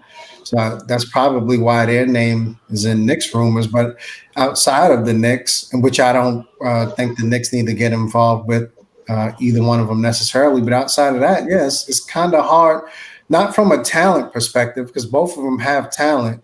They're both making a lot of money, but I don't know which team is willing to take them on their big personalities, take on the contracts. And like you mentioned, a lot of teams already are kind of sort of solidified at the point guard position now. So which team necessarily really needs them? Yeah, I mean, you really can't. It's really not much. I mean, the coach has to have a strong. I mean, I couldn't see as much as it seemed like it would be a good fit. I couldn't see either one of them going to the Clippers because Kawhi already doesn't talk, and Paul George doesn't seem like much of a leader. You imagine Russell Westbrook on that team with those guys? Plus the PG 13 and Westbrook Oh combination yeah, didn't work out too well in OKC, right? I think that's Right. probably why Paul George wanted out. I'm assuming, right? That's yeah. one of the factors why he wanted out. And now you bring over Westbrook. Um, So you may run into some problems there. Kawhi may be able to keep some of that in check, maybe, but his personality, like you just mentioned, isn't really necessarily to speak up and be vocal. So that could be a problem. Um, and it's not too many teams that I think these guys could fit into from a financial standpoint and a personality standpoint. You talk about skills, you could fit them in on almost any team in the league from a talent perspective. But I think Westbrook may end up going through one of those Carmelo type of situations where he's going to have to learn, and I don't know if he's capable, but he's going to have to learn to kind of change his demeanor, change his role, which right now I think he may be even too young. He's still in the mindset of I'm the man, period. I think it's going to be hard for him to do a wall, maybe given the injuries, maybe forced to kind of realize, hey, I need to take a back seat, at least until I can prove that I'm healthy and I can still play at that level again. But yeah, it's going to be difficult for those I guys, mean, I think. other other than them going to each other's team, I mean, just looking at some teams, I mean, maybe the Pacers, maybe the Pistons. I mean, those are teams that the point guards ain't really standing out. Pacers Uh, got Pacers got the kid from Milwaukee. Brogdon, right? oh Yeah, yeah, so they're Brogdon. not gonna do it. The Yeah, they're not Pistons, gonna do that. maybe. I could see maybe I don't know about necessarily the fit per se, but I could see the Raptors because, like you said, I could see them eventually going into desperation mode. Kyle Lowry, I think he's still serviceable, but he may be on his way out. I think that would be a good. That would actually be a good deal, possibly for John Wall, where you could put Wall and Van Fleet together. That might not be bad, or whatever. Mm. And I think Lowry would do well with Bill just because of the personalities. Russ, I still Russ is tough, but I could see Wall doing well up there with Van Fleet, but I couldn't see Russ. I Like mean you Russ said, playing with any of those guys. he Lowry has to played for go. Houston. I don't think they would mind having Lowry back. He has to go. Russ has to go to a team like you said, where it's clear cut, no questions about it. That other player is the man, not you. Yeah, The only team, like I could see, which they don't need him, but I could see teams like he would have to go to Golden State, right, where it's clearly Steph's team, which again they don't need him over there, but he would have to go to a Milwaukee Bucks, right, where it's clearly Giannis's team. He has to yep. go somewhere where it's clearly that other player's team, and no matter what you do, um, the likelihood of you supplanting them in that role is highly unlikely. And the reason why is he has to be forced into that mindset of, hey, I got to play more team ball because the guy can play. There's no doubt about that. But I think he's still caught up in the mindset of I'm gonna get mines first. Right? I'm still a superstar, which Mm. yes, he's a superstar talent, but I think he's not necessarily always prioritizing winning. Is A Dead team you Rose? have to go to, not to cut you off, the what about Uh, mention your Spurs, right? Yeah, He doesn't necessarily fit into how they play, but they do need star mm, talent over there, right? I would say one of those two guys I could see maybe ending up on the Spurs in terms of the need for talent. I think they would. They as crazy as it sounds, I think they would go more with John Wall because agreed. I don't think I think Russell Westbrook will probably cause Popovich to retire. I think that would be the end because listen, it basically any player that's ever disagreed with Popovich or didn't follow what the program was, they got traded away. hmm Yeah. And That's you true. get Westbrook on that roster, it ain't gonna just be easy to get him in there for 6 months and get rid of him. You're gonna be stuck with him. Wall, I think he could do. Wall's problem is off the court. It's not necessarily his personality in a way. Like he'll listen to a coach. Westbrook is got a coach killer. I mean, here's something interesting. You brought up Golden State. Man, when they lost Klay Thompson, but I'm looking at it. I mean, they bought in the Wiseman kid. They got Kelly Oubre. They got a full season with Andrew Wiggins. And we were just talking about teams that possibly gonna move up. I think the Warriors are back in the playoffs. Wouldn't you say so? Yeah, I would say so. Assuming Wiseman lives up to the hype and no injuries. I like the Oubre move, getting him for what I think like a late first round pick or something like that. Um, One of the reasons why I think they may have gotten him so cheap is he's a free agent at the end of this upcoming season. But yeah, like you said, Klay Thompson went down, but I think they did a decent job of kind of sort of filling out that roster so far. They haven't necessarily can't really replace a Klay Thompson as one of the top shooters, but I think I would say they're back in the playoff picture. Top five or bottom five? I would say Uh, probably if I had to guess, I would say more bottom five than top five. bottom five. Clay, Yeah, top five probably. Bottom five without him, I would say. yeah. So right now, both you guys have the Warriors going to the playoffs this year. Yeah, I would say I'm looking at 6 through 8. Yeah, I think so. Hmm. I'm not quite sure on that, man. I'm not ready to No, go there. No, I'm not ready I to go mean there. if Steph, if I mean tell you, I think if Steph was healthy, they just started Bazemore too. So you got to figure right. They got Wiseman. Then they had the other kid that used to play on Phoenix. Then he went to Cleveland. Now he was playing well for them. The other center, he was playing real well for them. hmm hmm They still got a couple of guys that could shoot off the We got bench. Wiggins still, right? Wiggins. I believe it or not, I don't even think it's Oubre that's the key. I think Wiggins is the key. I think they'll make the playoffs, but I think Oubre is going to be Oubre. The good thing about him is his personality is such that he's not going to go someplace and just change who he is to do it. Whereas Wiggins sometimes could hide in the shit, like hide in the background or something, and that's not what they're going to need. They're for, they're gonna need both of those dudes to get over 15 points a game. Right. Yeah, I If they're I think not agree. getting over 15 points a right. game, you're right. They're not making no playoff. That's right. I If agree. you think I about it, mean, if I'm the opposing coach, I'm double teaming Curry every minute. Yeah, I'm yeah, not scared of nobody absolutely. else on the roster. I'm not scared of Draymond. Wiseman's a rookie, so he going through up and downs as a rookie himself. Uber's a nice player, has good upside, but I'm not too scared as of yet. He ain't put it together as of yet. Wiggins been in the game long enough to put it together yet. Hasn't done it yet. And plus, he'll be your second best player or the second best scorer on the team. Which we don't want him to be. We want to have Wiggins be your third or fourth best scorer on the team, not number two. And come right now into the season right now, he'll be a second best scorer on the team. So if I'm the opposing coach, I'm doubling Steph Curry all night long. Yeah, it's gonna be a lot of pressure on Steph. It's got to be. I mean, Yeah, other teams would be crazy not to. right. You gotta try to get the ball out of his hands and stuff like that. the thing And was I still, mean, what's really going to, laugh now that I think about it, who really is going to be a key factor is Draymond, too, because remember, he's part of the reason that KD's not there. If Draymond starts feeling like he could fill up the scoring gap and start getting outside of himself, that's going to be a problem. If he goes in there and facilitates and gets these new kids involved and guys and embraces them, it'll be good. Because I heard something crazy like did you hear that the general manager or the team president said something to Wiseman is effective? Draymond yells at you is just because of something.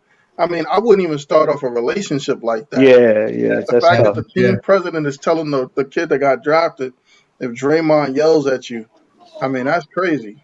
But one thing that makes it tough to double team Steph is you must plan on double teaming him off the ball because Steph, he'll dribble, right, but he's not so much an ISO player. He has the ability to do it, but they run a system that's a lot of ball movement, right? Guys cutting back door, and which is why Draymond, right? That's where Draymond comes in, is he plays that point forward role as a facilitator.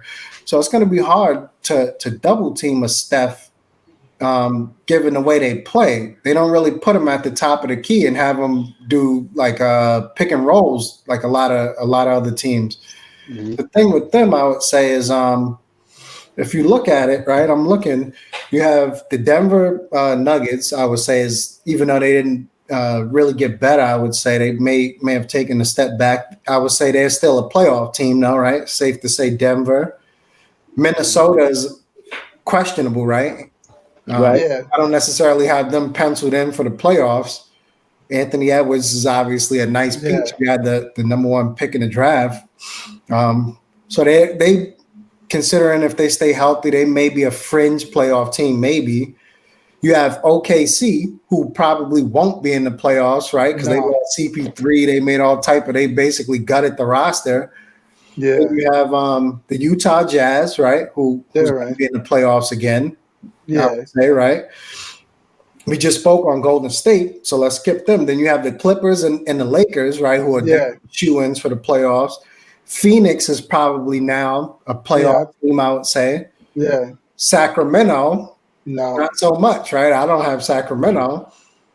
and then Dallas, I would say, is probably a playoff team, yeah, assuming Porzingis can stay somewhat healthy. I don't know if they make the playoffs if Porzingis is missing significant time, but you yeah, have Dallas, you have Houston, who, no, yeah, we don't know what's going to yeah, we don't know what team. who's going to be on the team. So Right. Houston is a toss up there. You have Memphis, right? The Grizzlies. I don't have them Yeah, penciled in. I don't They know. may make it, right? It depends, but I don't have them right now as a playoff team. Yeah, Then you have the Pelicans and the Spurs. That's your Western Conference right there. yeah, The Pelicans, I could see maybe if they put it all together, right? Maybe squeezing in, but I wouldn't necessarily pencil them in as a playoff team. And then the Spurs we mentioned didn't really do anything. They may be able no, to squeeze in, but they're not like title contenders. But if they no. still have DeRozan on the roster, a healthy LaMarcus Aldridge, they may be able to squeeze in. But if you think about it, who in the West are shoe-ins for the playoffs? Reed, you mentioned Portland. Yeah, Portland, I would say, is a shoe-in, right? Given with Lillard I and mean, Dame bringing Carmelo back, they made some other moves. there's But they're a playoff team. So you have them, you have the Clippers, the Lakers. look, I would say Dallas, probably. That's four. Who do we have? That's a shoe-in. I Phoenix is think there's borderline, right? I would say Phoenix may get in. six teams. You got the Lakers, the Clippers, Utah, Denver, and Portland. And then, wait, that's probably it. Those Yeah, that's five, right? five. Yeah, The that's Lakers, the five Clippers, shoe-in. Utah, Denver, Portland, and I think the other three spots is up for grabs. Probably. It depends on who's on Houston, who's on the Rockets, and I mean, out of those teams left, I would give Phoenix the edge. Well, actually, yeah, I give Phoenix, Golden State, and probably Phoenix, Golden State, and maybe Memphis the edge. And maybe Dallas too, right? Depending Oh on no, Dallas. You know what? As a matter of fact, yeah, I put Dallas in there, take it down to two, and I'm looking at a Phoenix, Golden State, and New Orleans as the last two out of the last two there. But I think the Spurs they it'll be incredibly tough if they make it. I'll be really surprised if they make the playoffs. And the Memphis and the Spurs are kind of in the same boat. But New Orleans, I mean, if Zion improves and Steven Adams can be Steven Adams. They got a good shot. Phoenix is almost like a shoe-in. Phoenix is definitely going to take a step forward. But Going back to like Westbrook and Wall, could you see a team, well, two teams, could you see maybe the Cavaliers or the Bulls taking a flyer on either one of them? Because those teams are like in need of some star talent too. I mean, I could see as crazy as it sounds, I could see Cleveland reaching on Westbrook because I think it's a good thing to draw fans. And I think if I was Houston, they would absolutely have to give me back Darius Garland and probably one of those dudes they drafted too. But I will let them keep Sexton, whatever, because he's an undersized two guard too, and I would definitely want Garland. Which is Garland and something else. You have to bounce. Oh, I could tell you who's going to be. It'll be Garland and Kevin Love. That's who it'll be. Yeah, to make the salaries match, right? Yeah, It might not be too bad of a deal for it's either Houston. that or him and Drummond. That's the only two people that the salaries work really. Mm. So it might be that. But I would. I don't think Chicago will do it because I think they got Kobe White, and I think they pretty much sold on that. I don't think Chicago. I think Zach LaVine is big enough star for that team to help them put people in the stands. And I think that between Markkinen and Carter, they got the makings of a decent team, so they can get people to show up. Cleveland is kind of like their roster's kind of a mess. You got Sexton and Garland, and then you got Love and Drummond, and you got Nance, and then who did they draft just now? Williams who they draft? They drafted Williams, right? Yeah, I think Pat Cleveland. went to. Yeah, you're right. Yes, exactly. Yeah, Yeah. they drafted Williams, so their roster's kind of, and then they got the other kid that got arrested or something.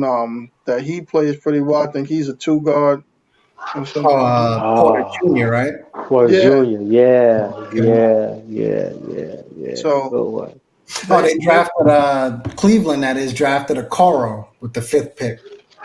Of course, for yeah. Florida State. So I guess he's gonna be a small forward. So their roster is kind of. I could see them trying to possibly get a star. It probably. I couldn't see the Bulls doing it though. What about Especially Detroit? with Donovan. With Donovan there, I couldn't really see them doing that. He's used to play. Like, remember, he coached the Magics and they didn't really have a star. Then he went to Orlando. Then he went to OKC, and Chris Paul's a star, but he's not like Chris Paul's personality is not to be that overpowering egomaniac star where it's got to be me and all this other type of stuff. I don't know if Billy Donovan would want to deal with a Westbrook or something. Was he? Westbrook's kind of pigeonholed himself in a lot of way, a lot of ways. Yeah, was Billy Donovan already paired with Westbrook in OKC? Yeah, so he knows all about that. Yeah. Yeah, So that yeah, it might not be the best again. Yeah. nope, What nope. about like Detroit? I know they just drafted Killian Hayes, but they need that star power. Oh Or no, they would do it. Detroit is one team that I believe would take either one of them. Where's Derrick Rose at though? Is he a free agent or he still signed with No, Detroit? he's still there. He's still there. He played good I last year. believe I believe that Detroit would take either one of them just because they trying to do something over there. I mean, they already flopped on the Blake Griffin deal, so Mm. I couldn't believe they got let Christian Wood go and signed all those other B-level centers that they Yeah, that's ridiculous. yeah. signed. So I can That see made no them sense. on it. I think Orlando is in search of some type of star power. So I could see one of those teams asking for a salary match, asking for Vucevic back, right? Yeah, Has to be included, maybe one of those guards, Fultz or whoever they yeah, want. yeah. Fultz or Anthony with Vucevic. Yeah, I can see That's a that. good one. I can see that. That's nice. I mean, I like that that I one. see actually be good for. Orlando. That'd be good for Houston. It would, Houston yeah. can pull that off, or Washington if they could pull that off. Mm. I mean, if I'm Washington, I think I would want Fultz and not Anthony because I think Fultz is from there. He'd love to go there. So if you get Fultz over there with Vucevic playing over there with Thomas Bryant and Hachimura and Beatrins and stuff, they'll become a lot better. That'll be a good deal for them. So yeah, I could see those teams maybe reaching But for Westbrook. you know what? There is a deal out there because I heard Orlando's been shopping Aaron Gordon for a couple of years now. Yeah, that's true. And this in terms of salaries, right? He's a salary match for either one of those guys, close to it. Yeah, Hmm. he's in the 20 millions or something. So if you could put him with a couple of good decent players, like I wouldn't give up on guys like the guy that's hurt. I wouldn't give up on him or give up like on Bamba and those type of guys because I think they have talent. Whatever, but Fultz is a good game. Go if I could get it done for Fultz and Gordon without putting Vucevic in there, I would definitely do it. Yeah, that's like a good fit though, because they got Mo Bamba and Kid Isaac from Florida Yep. State too. Hmm. So I can see them trying to, I guess, make it expendable for either one of two guards. They may Yep. do it. It's a good fit. You never know. It's a good fit. Yeah. I wanted to jump back to the Pelicans as I'm sitting here thinking. We mentioned Lonzo Ball earlier, and then whether they would keep him or not. But like we mentioned earlier, they added Lewis, and one person we forgot to mention is Bledsoe, right? Isn't he? Mm. Wasn't he Yeah. over there too? So now you have Lonzo, you have Lewis, and Bledsoe. I think somebody has to go. I think if they can move him, it'll be Bledsoe. And here's the thing: you better call up Tibbs and them right now and tell them not to do it. Like, Yeah, you better get on the Knicks hotline and tell that's them not to right. do it because Don't y'all do about to it. lose Austin Rivers and Dennis Smith and all of them right off the top. Y'all gonna make Bledsoe available? They'll trade Mm-mm. Alfred Payton and Alfred Payton and Austin Rivers to get Bledsoe or something crazy like Hmm. that. I'm telling Yeah. Knicks I to don't, hang up the phone. I don't want Bledsoe at all. Yeah, I mean they're Yeah, gonna be trying to me pawn either. Bledsoe off all over the league in a couple of weeks. So that makes it's going to get interesting over there with the Pelicans because one of those point guards I think has to move. Ideally, like you said, is Bledsoe because of the salary. Yeah. He's not old, but his age on that team, he's older than them, so his timeline doesn't necessarily match. Oh, we forgot a potential spot for him. If New Orleans is willing to give up a first round pick, he'll be on OKC next week. Yeah, as much as they're stashing, yeah, they'll take him. Yeah, what do y'all think of that? Because I think it's crazy. I mean, they're gonna have a 20 first round pick in the next 4 years or 5 years or something. I mean, is that gonna be enough to make the playoffs or win a championship or something? Or are they gonna have to pawn these picks off for actual talent soon? Or what do y'all think of that whole crazy thing? I think I think at some point, as good as a job as Presti is doing collecting these assets, I think at some point they may have to get rid of them, Presti that is, and get somebody who could actually use these assets because I almost feel like Presti has become obsessed with just gaining assets. It's nice to have all these assets, all these picks, but eventually you have to cash in. Granted, I know I'm assuming he's waiting for the right time to cash in, similar to what Boston did, right? With their big three, how they put Garnett and these guys, they use those different picks, and Boston still has assets to this day, right? Yeah, But to have 20 something first round picks, obviously, there's no way you can have all of those guys suit up for your team, right? So you yeah. got to cash in at some point. And I don't know if Presti, it almost seems like he doesn't have a direction for it. There's no rhyme or reason behind getting these assets other than to say I have them. You got to move them at some point for somebody. And when he does decide, if it's him, when he does decide to cash in, you got to cash these in for a superstar. You can't cash these in and end up with yeah, we traded two of these picks for Blake Griffin and start trying to patch a team together eventually because somebody is putting pressure on you. You got to get superstars out of 24 picks over the next few years, 24 first rounders, that is. But yeah, I think it's a crazy strategy to just keep gaining assets without using them. I think he's tanking on purpose while still trying to build around Alexander. And I think he's taking try to get Chet Holmgren on Monty Bates in the next 2 years. That's what I I, see. I can see It that, make, and that's what I think. What I see right now. That's his I goal. know To he get likes one, the get either kid. get both or one of those two kids. And right now, he's on track for the next 24 months to get either both or one of the two. And right I know he now, I likes the like what kid. he's doing. He likes the Brian Boston kid from Kentucky. I know he likes him, and Mm-hmm. I know he likes the Jalen Green kid. I mean, Mm-hmm. if he's smart and he could pull it off, what he would start doing is like, okay, 2021 is supposed to be a good draft. Let me see if I could get somebody in the top five to let me give him two of these 2024 joints with this top five. That's what he should be trying to do. Like, hold them until you find a good draft. So, okay, 2021 is going to be really good. I need to get two of these top 10 picks in here. Let me start pawning off some of these. Right. Which is 2022 is going to be good. Let me try to get two of these. that's what I Try to, think try he's to trying turn 20 picks to five or six good ones. I think that's what he's trying to do, but it almost smells like trust the process or whatever Yeah, hanky, that's yeah. right? But like on steroids, right? Feel to it. He has more assets, but you got to cash in at some point, you know.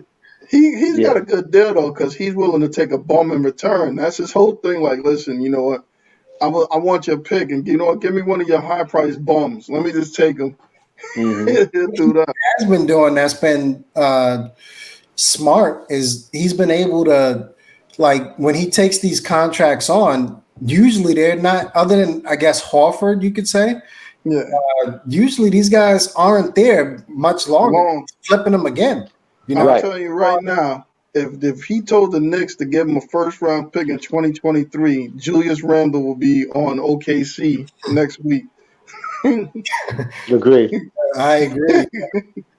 And I mean and well, you know what's funny? People laugh at it, but it'll be good for the Knicks too because they'll free up that cap space for next year, and it'll work.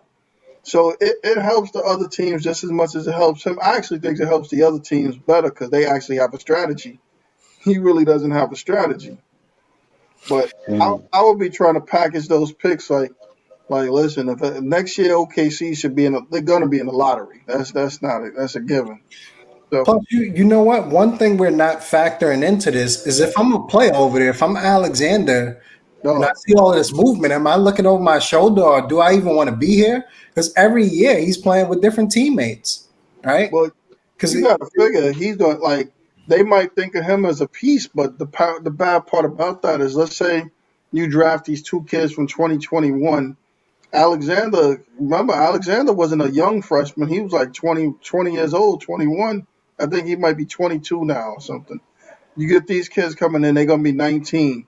So he might be the two guard of the future, but if, like you said, if they can get Chet Holmgren or Mikey Williams or one of these other dudes, Mikey Williams is going to come in there and be the starting point guard. Brian Boston is coming. He's going to be the starting small forward. Holmgren's going to be the power forward. They not. This guy's not going to draft these top high school and top college guys to come in and sit the bench, because then it's going to look even crazier. You done just saved all these picks to get these top players to sit down for these old dudes. plus the other piece to that is a lot of times every once in a while, yeah, you get somebody, one of these rookies, young guys who come in and they make a significant impact right away. But a lot of times it takes them a year, 2 years, 3 years, especially big men. Sometimes you'll get the guards who come in and they make an impact right away. And even that is not a given. But you have all these picks. You bring in a Jalen Green, let's say. I think the guy is going to be good, barring any significant injury. But how long is it going to take him to be good? Is it going to take him a Right. year to develop, 2 years? So now that process that you went through of gathering all these assets and waiting for Jalen Green, you're going to have to wait another 2 years for him to develop. Now, if I'm Alexander, do I want to stick around for that? Or do I just want to move on to a team? Because now, think about it. We talking about Jalen Green, a guy. And speaking of Jalen Green, he went an unconventional route, right? Isn't he going to the G League or? Yeah, he's in the G League. Yeah, he's going to the G League. So, I mean, if you're Alexander or whoever else they bring in while they're going through their version of trust the process, do you stick around for that to play itself out? I mean, I think what's going to end up happening to him, is sad to say, is that when it comes time for that second contract where he can get that super max or max thing, they're gonna trade him for picks too. Yeah. Are you Yeah, looking over your shoulder? they, Waiting. they're not gonna pay him no 165 million to play on OKC. Yeah, they're a small market team. Yeah, They have all these picks, so in theory, you're easily replaceable because we could get Jalen Green or Iman, yeah, or right. yeah. We can get one of these other players in theory to replace you. So that I think that's the risk you run with, like going with this strategy. I think the Sixers version of it was a little better because they didn't constantly keep just gutting the team over and over and over. Once they got Embiid and Simmons, that was kind of like, all right, we're solidified Yeah, now. Now we can. So does like OKC look at Alexander that way? All right, we're solidified with the point guard position. Next year, if we get another piece, we're solidified. Or like you said, do they go around? Oh, we got to flip Alexander now for another two first rounders? Or when does it end? I mean, Makes I sense. think I think for OKC, I think OKC got the same thing that Jay-Z said. Remember when Jay-Z said motherfuckers thought they made Hove, now make another Hove? He Yeah. looking for another Durant, another Harden, another Westbrook. He Yeah. looking to make it I again. think so, yeah. I did it before, I'm gonna do it again. Nah, it ain't Hmm. gonna happen. Now, Hmm. you lucked out. That's never gonna happen again. Yeah, You're gonna three. drive consecutive drives Durant, Westbrook, and Harden. Yeah, that's three MVPs, right? Yeah. Future MVPs. I guess he figured he could do it again. He gonna get, like you said, Imani Bates, Chet Holmgren, and Brian Boston in three Hmm. straight drives. So he gonna keep tanking like Theo said. He must gonna have number one, and number one. Hmm. They may have enough assets to possibly pull it off with all these picks, but as a fan of that team, at some point, you want to see them actually look to progress instead of waiting. And I think that's a part of like being a Knicks fan. That's like as a Knicks fan, I'm already hearing about next year. I don't want to hear next year before the season even starts. We're talking about Right. next season before the season even starts. Hmm. After a while, as a fan, that becomes discouraging. And I think OKC, they may be able to get away with it over there because it's a small market. Um, but yeah, it's a risky strategy, I would say. Hey, let me tell you, like in the Spurs is the same way. You know what the Spurs is talking about? The Spurs talking about the trade deadline. Talking about, yeah, we could flip the Rosen and Aldridge at the trade deadline. Season ain't started. They talking about flipping players at the trade deadline. So that ought to show you what they thinking about whether making the playoffs. They just trying to dump the team at the door. Look, because they both on last year. The Rosen's on the last year's deal, and so is Aldridge. Like I seen in the New York media, I already seen like the Post and these different newspapers saying, "Get ready for the like Cade Cunningham. Get ready for him to be running the point next season." Season hasn't even started yet, and we're talking about you know next year's draft. Oh man. But I will tell you this: the Knicks should have a in with Kentucky now. I tell you that much. They got a big time in with Kentucky players now. And it's already showing, right? Noel, Yep, Kentucky, right? Randall, Kentucky, yep. Knox, Quickly, Kentucky, Knox, quickly, Quickly, yeah, yep. uh, not to mention the coach, right? Payne, Yeah. Kentucky. Yeah. Yeah. Yeah. So, One of the guys they were interested in, who Maxey, right? They didn't get him, but yeah, he was Kentucky, yep. yeah, he was high on their board. Hmm. So yeah, Kentucky is definitely Kentucky in the whole CAA pipeline, which is why Yeah, everybody keeps talking about down the line. Who knows, Devin Booker, right? yeah. And I mean, Carl Anthony Towns or whoever. But yeah, Kentucky seems to be the Knicks seem to be like with heavy ties to Kentucky. yeah. Which isn't a bad strategy if you think about it. No, they get the top recruits. Yeah, exactly. So it's not a bad strategy. Um, but it goes back to a similar strategy to OKC of the waiting, the waiting game. So now are we supposed to wait in New York for the next big Kentucky prospect to maybe come over to New York. We're already talking about when Devin Booker's a free agent, he may come to the Knicks, and he just signed the max deal. What, last year? Hmm. Yeah. We already trying to wait him out 4 years to when he may think about coming. I mean, the Knicks, you know what? The Knicks should just try to build with the young guys in the draft because the Knicks did that. Remember, they did that twice with LeBron when he first left. When he first left Cleveland, we was waiting. Then when he went leaving Miami, they was waiting. I mean, LeBron, according to the Knicks, LeBron was supposed to be there 2 times already. KD was supposed to sign there. Kyrie, You know, the Knicks messed that KD thing up though themselves by not wanting to give him the max money, talking about some injury report or something. Remember that one? yeah, after the Achilles injury, Yeah, right?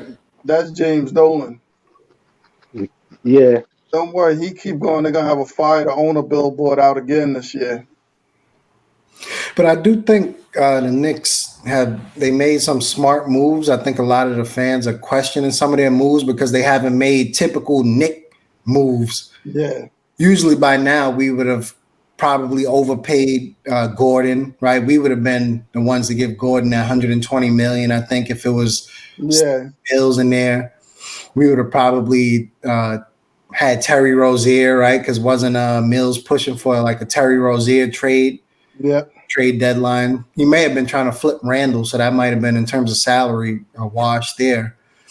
Um, but I think the Knicks seem to be somewhat on the right track in terms of not making these big moves and overpaying guys.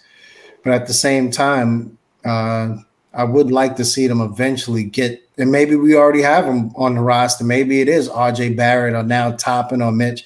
But I do think at some point we got to get somebody with some star power in there, at least one player. I don't see players lining up anytime soon to come play with RJ Barrett, unless he has a breakout season, or Mitch for that matter. Mitch may be able to attract a little bit more players at the moment, I would say, than RJ, not even because he's more talented or a better player, but his style of game, the lobs, the defense. So you don't have to put the ball in his hands for him to be effective. But yeah, I like the moves the Knicks made, especially recently to Austin Rivers. I've been waiting for them to get a playmaker. I think he helps a lot. I like Quickly. I like Toppin. So I think they're making the right decisions finally. So, what's everybody's final word for the NBA this week? What do you say, Theo? What's your final word in closing? What you see from this week or what we've seen so far? As a Knicks fan, just play the young boys. Tibbs has no history playing young boys. I'll give you a new slate as a Knicks fan and a Tibbs hater. Play the young boys, please. That's all I want. Is play young boys. Let them guys throw them in the fire. Let them get dunked on. Let them get crossed over. Let them get 0 points, 5 points. Let them guys go the up and downs, man. They're too talented. OB got talent. Quickly has talent as well. Now I don't know about Power. You know what I'm saying? Power with the pen plays well. Why not though? But OB, Mitch, RJ should be starting. That's all I know. Yeah, I would agree with that, Theo. That's probably my closing as a Knicks fan too. Is play the young team, the young players.